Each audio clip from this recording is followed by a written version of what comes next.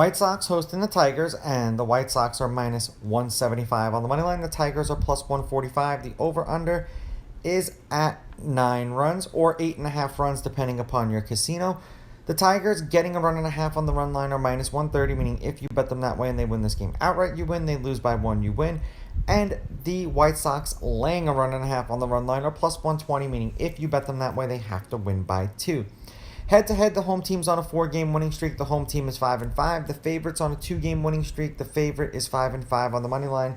The underdog getting a run and a half on the run line is 6-4. There have been 2 one-run games in their last 10 meetings. The under has hit in their last 2. The over is 7-3, and now the over-under at 9 is 4-4-2. 4 games went under, 4 games went over, and 2 games hit 9 exactly.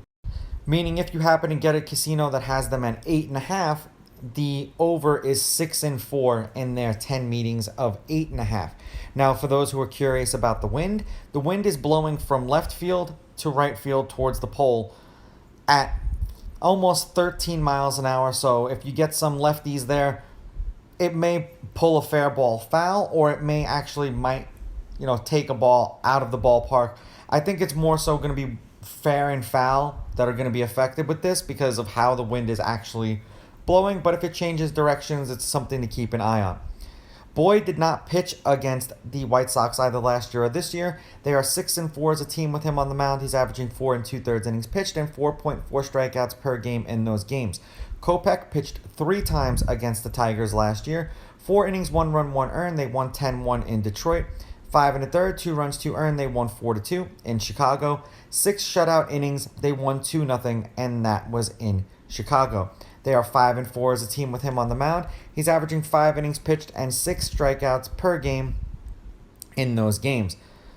The White Sox are on a 2-game winning streak against the Tigers. The last game they played, they won 2-1. The game before that, they won 3-0. The 2 games before that, the Tigers won 6-5 and 7-3. Then the White Sox won 12-3, and then the Tigers won 7-2. Those are the games they've played so far this year. They've split against each other. They're 3-3. The Tigers are 1-3 in their last 4 and 5-5 in their last 10. 16 runs, 5 runs, 3 runs, 3 runs. 6 runs in a loss, 3 runs in a win, shutout in a loss, 1 run in a loss. For the White Sox, they've won their last 2. They're 3-1 in their last 4, 5-5 in their last 10.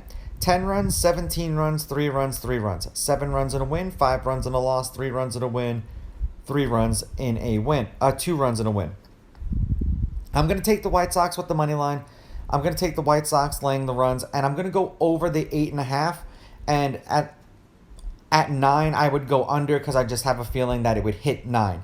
These are just my picks. If you disagree, please go with your gut, and please bet responsibly.